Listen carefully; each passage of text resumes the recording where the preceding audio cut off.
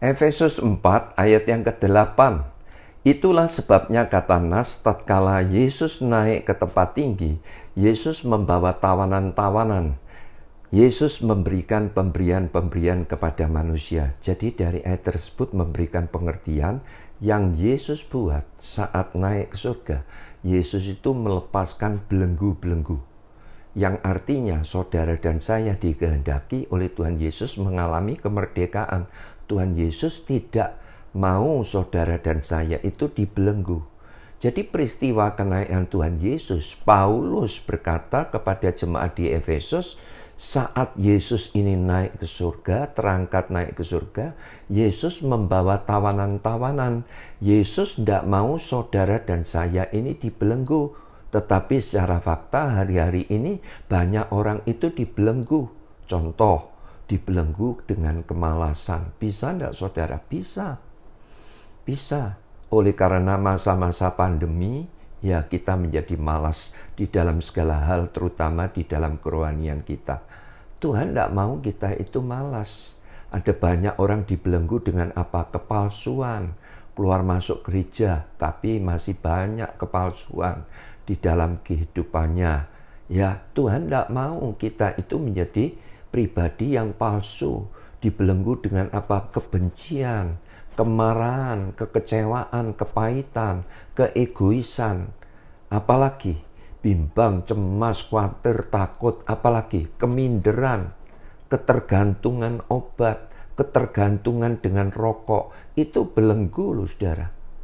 Apalagi kebiasaan-kebiasaan buruk, contoh onani, masturbasi, ya wanita simpenan, pria simpenan. Nah, jadi sekali lagi yang Yesus buat saat Yesus naik ke surga, Yesus membawa tawanan-tawanan.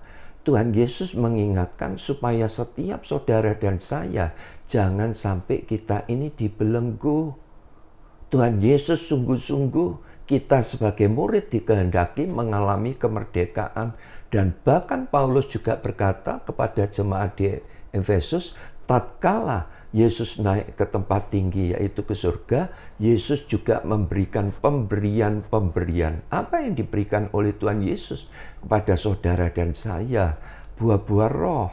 Itu saudara ada 9. Apa? Kasih, sukacita, damai sejahtera, kesabaran, kemurahan, kebaikan, kesetiaan, kelemah lembutan, penguasaan diri.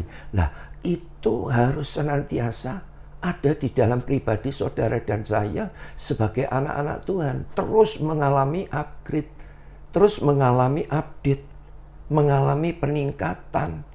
Jadi jangan sampai kita sebagai anak-anak Tuhan sudah mengambil pelayanan, tetapi karakter kita tidak berubah. Apa artinya? Tuhan Yesus tidak mau. Tuhan Yesus memberikan pemberian-pemberian apa? Selain buah-buah roh. Karunia-karunia roh. Jadi yang artinya apa? Kalau kita katakan Tuhan aku mau Engkau pakai sebagai alatmu. Tuhan pasti senang dan Tuhan pasti memperlengkapi dengan apa? Karunia-karunia roh. Dan kalau kita teliti di dalam Alkitab, karunia-karunia roh itu ada 9. Apa? Karunia berkata-kata dengan hikmat. Karunia berkata-kata dengan pengetahuan. Karunia iman, karunia kesembuhan, karunia mujizat, karunia bernubuat, karunia membedakan bermacam-macam roh, karunia berbahasa roh, dan bahkan karunia menafsirkan bahasa roh.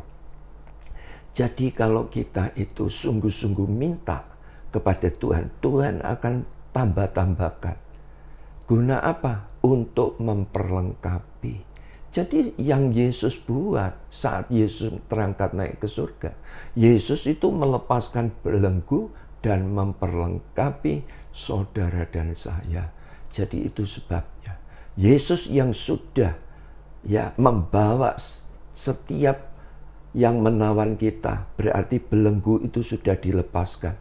Dan Tuhan Yesus sudah memberikan buah-buah roh dan karunia-karunia roh. Tuhan Yesus sudah memperlengkapi. Berarti hidup saudara dan saya, hidup kekristenan kita menghadapi apapun harus serba bisa. dan harus menang. Amin. Melayani apapun harus bisa.